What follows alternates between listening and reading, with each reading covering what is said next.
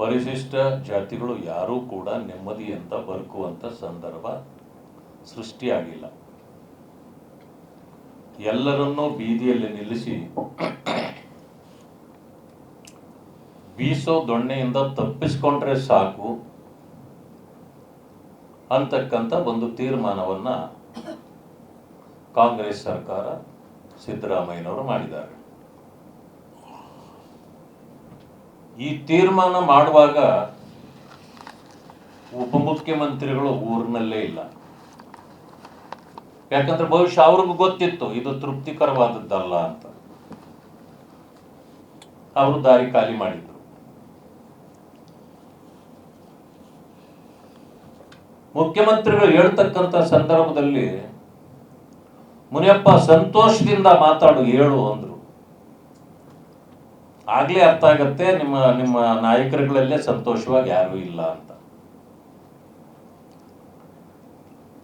ಇದು ಯಾವ ರೀತಿ ಇದೆ ಅಂತಂದ್ರೆ 3 ವರ್ಷ ಬೇಕಾಯ್ತು ಇವ್ರಿಗೆ ಈ ಒಂದು ತೀರ್ಮಾನಕ್ಕೆ ಬರಲಿಕ್ಕೆ. 3 ವರ್ಷದಲ್ಲಿ 3 ತಿಂಗಳಲ್ಲಿ ಮಾಡಬಹುದಾಗಿತ್ತಲ್ಲ ಇದು ನೀವು. ಈ ಜನ್ಸಿ ಬೇರೆ ದೊಡ್ಡ ಸಮಸ್ಯೆ ಆಗಿತ್ತು. 4 ಲಕ್ಷ ಹುದ್ದೆಗಳನ್ನು ತುಂಬತಕ್ಕಂಥದ್ದು ನೆನೆಗುದಿಗೆ ಬಿದ್ದಿತ್ತು. ಈ ಒಳ ಮೀಸಲಾತಿ ಆಗ್ಲಾರ್ದೆ ಅದನ್ನು ಮಾಡಲಿಕ್ಕೆ ಸಾಧ್ಯವೂ ಇಲ್ಲ. ಈ ರೀತಿಯ 2 ಗಂಡಾಂತರಕ್ಕೆ ಒಂದೇ ವಿಚಾರದ ಮೇಲೆ ಈ ಸರ್ಕಾರ ಸಿಕ್ಕಾಕೊಂಡಿತ್ತು. ಈಗ 1ರಿಂದ ಪಾರಾಗಿದ್ದೀರಿ. ಇದು ತೃಪ್ತಿದಾಯಕವಾಗಿ ಇಲ್ಲದೇ ಇದ್ರೂ ಕೂಡ ಒಂದು ಕಾಜಿ ನ್ಯಾಯವನ್ನು ಮಾಡಿ ಒಂದು ತೀರ್ಮಾನವನ್ನು ಹೊರ ಹಾಕ್ಬಿಟ್ರಿ. ತೀರ್ಮಾನ ಹೊರಬಿದ್ದ ಮೇಲೆ ಇನ್ನ ಪರಿಶಿಷ್ಟ ಜಾತಿಗಳು ಬೀದಿಗೆ ಬಿದ್ದಂಗಾಯ್ತು. ಆದ್ರೆ ಜನ್ಸಿ ಯುವಕರು 56,432 ಸ್ಥಾನಗಳ ಹುದ್ದೆಗಳನ್ನು ಈಗ ತುಂಬುತ್ತಾರೆ ಅಂತಕ್ಕಂಥ ನಿರೀಕ್ಷೆಯಲ್ಲಿದ್ದಾರೆ. ಅವರ ಕೋಪದಿಂದ ತಪ್ಪಿಸ್ಕೊಳ್ಬೇಕು ಅಂತೇಳಿ ಇದನ್ನ ತೀರ್ಮಾನ ತಗೊಂಡ್ಬಿಟ್ರಿ. ನಿಮಗೆ ಅದರಲ್ಲೂ ಬದ್ಧತೆ ಇಲ್ಲ. ಯಾಕೆಂದ್ರೆ ಒಂದು ಸಾರಿಗೆ ಆಗ್ತಕ್ಕಂಥದ್ದು ಅದಲ್ಲ. ಅದು ಕೂಡ ನಮಗೆ ಗೊತ್ತಿದೆ. ನಾನು ಮೊದಲೇ ಹೇಳಿದ್ದೇನೆ, ಈ ಹುದ್ದೆಗಳನ್ನು ತುಂಬತಕ್ಕಂಥ ಸಂದರ್ಭದಲ್ಲಿ ಒಳ ಮೀಸಲಾತಿ ಬಿಲ್ ಪಾಸ್ ಆಗದೆ, ಆಕ್ಟ್ ಆಗದೆ ಹೇಗೆ ತುಂಬಿಸ್ಲಿಕ್ಕೆ ಸಾಧ್ಯ? ಬಿಲ್ಲನ್ನು ಮೂವ್ ಮಾಡಿದ್ದೀರಿ ಬೆಳಗಾವಿಯಲ್ಲಿ. ಆವತ್ತು ನಾನು ಕೇಳಿದೆ, ನೀವು ಧಾರವಾಡ ಯೂನಿವರ್ಸಿಟಿಯಲ್ಲಿ, ಇಲ್ಲಿ ಬಿಲ್ ಪಾಸ್ ಆಗಿಲ್ಲ ಇನ್ನು, ಧಾರವಾಡ ಯೂನಿವರ್ಸಿಟಿಯಲ್ಲಿ ಆಗಲೇ ನೀವು ನೋಟಿಫಿಕೇಶನ್ ಮಾಡಿಬಿಟ್ಟಿದ್ದೀರಿ ಹೇಗೆ ಅಂತ. ಅವ್ರಿಗೆ ಆಶ್ಚರ್ಯ ಆಯಿತು. ಅಲ್ಲಾಗಿದ್ದು ಅನಾಹುತ, ಅದನ್ನು ಸರಿ ಮಾಡಿಬಿಡ್ತೇವೆ ಅಂತೇಳಿ ಮಾಡಿದ್ರಿ. ಎಲ್ಲಿ ಮಾಡಿದ್ರಿ? ಈಗ ನಿನ್ನೆ ಇನ್ನೊಂದು ತೀರ್ಮಾನಕ್ಕೆ ಬಂದಿದ್ದೀರಿ. 3 ಗುಂಪುಗಳಿಗೆ ಸಿಕ್ಕುವಷ್ಟು ಸ್ಥಾನಗಳು ಅನೌನ್ಸ್ ಆದರೆ, ನೋಟಿಫಿಕೇಶನ್ ಆದರೆ 3ಕ್ಕೂ ಕೊಡ್ತೇವೆ. ಇಲ್ಲ ಅಂದ್ರೆ ಅಲ್ಲಿ ಮೀಸಲಾತಿ ಇಲ್ಲ ಅಂದ್ರೆ ಜನರಲ್, ನೀವು ಮೆರಿಟ್ ಮೇಲೆ ಯಾರಾದ್ರೂ ಅಪ್ಲೈ ಮಾಡ್ಬೋದು, ತಗೋಬಾರ್ದು. ಈಗ ಮೊದಲಿದ್ದೇನೋ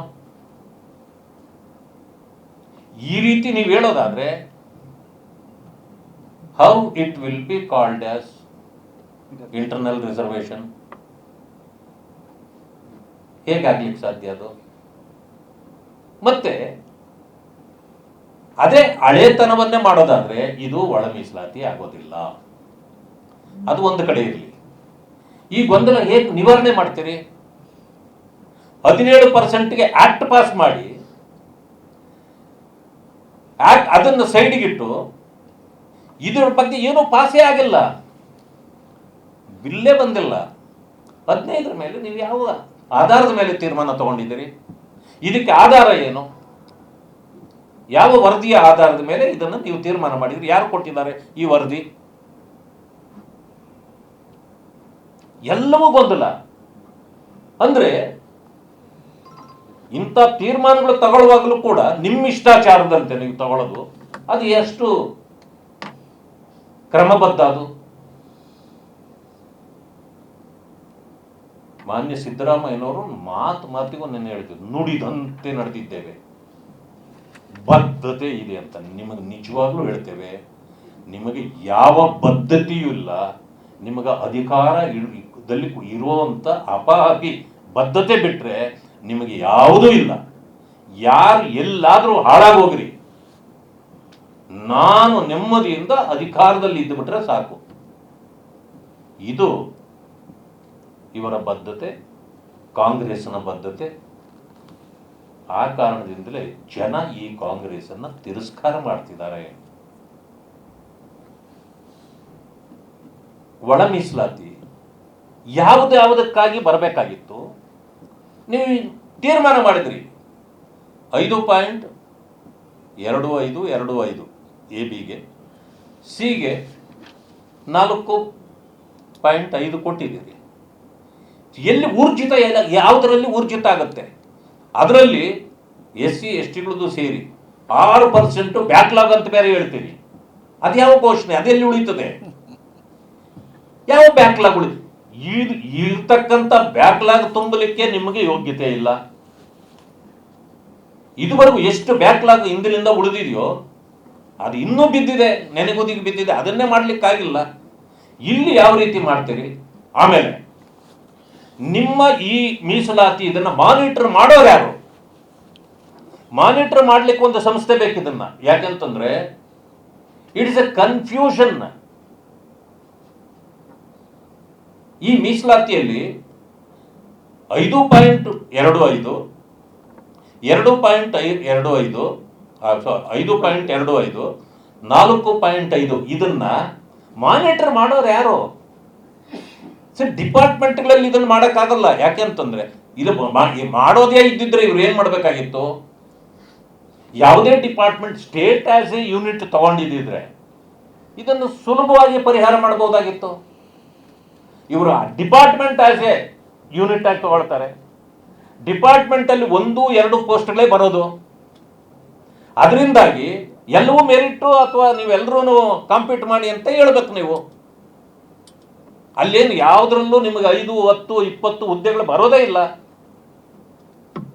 ಅಂದಮೇಲೆ ಎಂಥ ಗೊಂದಲದಲ್ಲಿ ನೀವೆಲ್ಲರನ್ನೂ ಸಿಲುಕಿಸಿದ್ದೀರಿ ಅಂತಂದ್ರೆ ನೆಮ್ಮದಿಯಿಂದ ಯಾವುದೇ ಸಮಾಜಗಳು ಉಳಿಯೋದಿಲ್ಲ.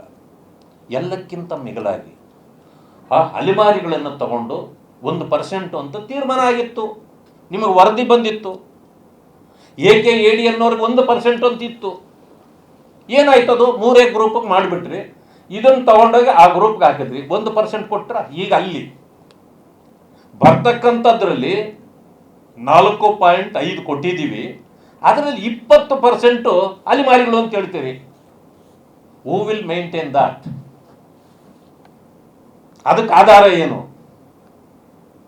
ಬರುವ 5 ಪೋಸ್ಟ್ಗಳು ಅಲ್ಲಿ ಸಿಕ್ಕಿದ್ರೆ 5 ಅಲೆಮಾರಿಗಳಿಗೆ ಕೊನೆಯಲ್ಲಿ 1 ಅಂತ ಆಗತ್ತೆ. ಬಟ್ ಇದನ್ನ ಮಾನಿಟರ್ ಮಾಡೋರು ಯಾರು? ಸರ್ಕಾರ ಮಾಡುತ್ತಾ? There should be a separate department to maintain the credibility. ಅದು ನೀವು ಏನು ಮಾಡೇ ಇಲ್ಲ.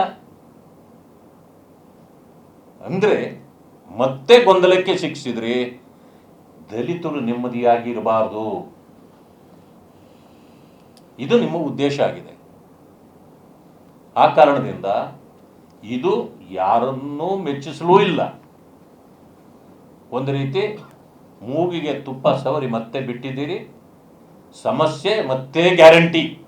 ನಿಮ್ಮ 6ನೇ ಗ್ಯಾರಂಟಿ, ಈ ಪರಿಶಿಷ್ಟ ಜಾತಿ ವರ್ಗಗಳು ಸದಾ ಇದೇ ರೀತಿಯ ಸಮಸ್ಯೆಗಳಲ್ಲಿ ಹೋರಾಟ ಮಾಡ್ಕೊಂಡೇ ಇರಬೇಕು. ಯಾಕಂದ್ರೆ ಅವ್ರು ಉದ್ಧಾರ ಆಗಬಾರ್ದಲ್ಲ. ನಿಮಗೆ ಅವರು ಉದ್ಧಾರ ಆಗಿಬಿಟ್ರೆ, ಪ್ರಬುದ್ಧರಾಗಿಬಿಟ್ರೆ ಕಾಂಗ್ರೆಸ್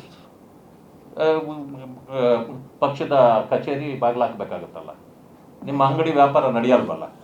ಅದಕ್ಕೆ ಅವ್ರನ್ನ ಗೊಂದಲದಲ್ಲೇ ಇಡಬೇಕು. ಅವರು ಬುದ್ಧಿವಂತರಾಗಬಾರ್ದು. ಈ ಸಮಸ್ಯೆಯಲ್ಲಿ ನೀವು ಇವ್ರನ್ನ ಎಲ್ಲನೂ ಕೂಡಾಕಿದ್ದೀರಿ ಅಂತಕ್ಕಂಥದ್ದು ನನ್ನ ಅನಿಸಿಕೆ. ಸಿದ್ದರಾಮಯ್ಯನವರು ಮಾತೆತ್ತಿದರೆ ನಾನು ದಲಿತ ದಲಿತ ಅಂದ್ಕೊಳ್ತಿದ್ರಲ್ಲ, ನೀವು ಹೇಳೋದು ಸರಿ ಇದೆ. ಆ ದಲಿತರಿಗೆ ಸಿಕ್ಕೋದು ನನಗೆ ಸಿಕ್ಕಬೇಕು ಅನ್ನೋದು ನಿಮ್ಮ ಉದ್ದೇಶ. ಮುಖ್ಯಮಂತ್ರಿ ಆಗಬೇಕು ಅಂತ ಬಂದಾಗಲೂ ನಾನು ದಲಿತ ಅಲ್ವಾ ಅಂದ್ರಿ. ಇದೇನಾ ನೀವು ದಲಿತರಿಗೆ ಕೊಡ್ತಕ್ಕಂಥ ಗೌರವ?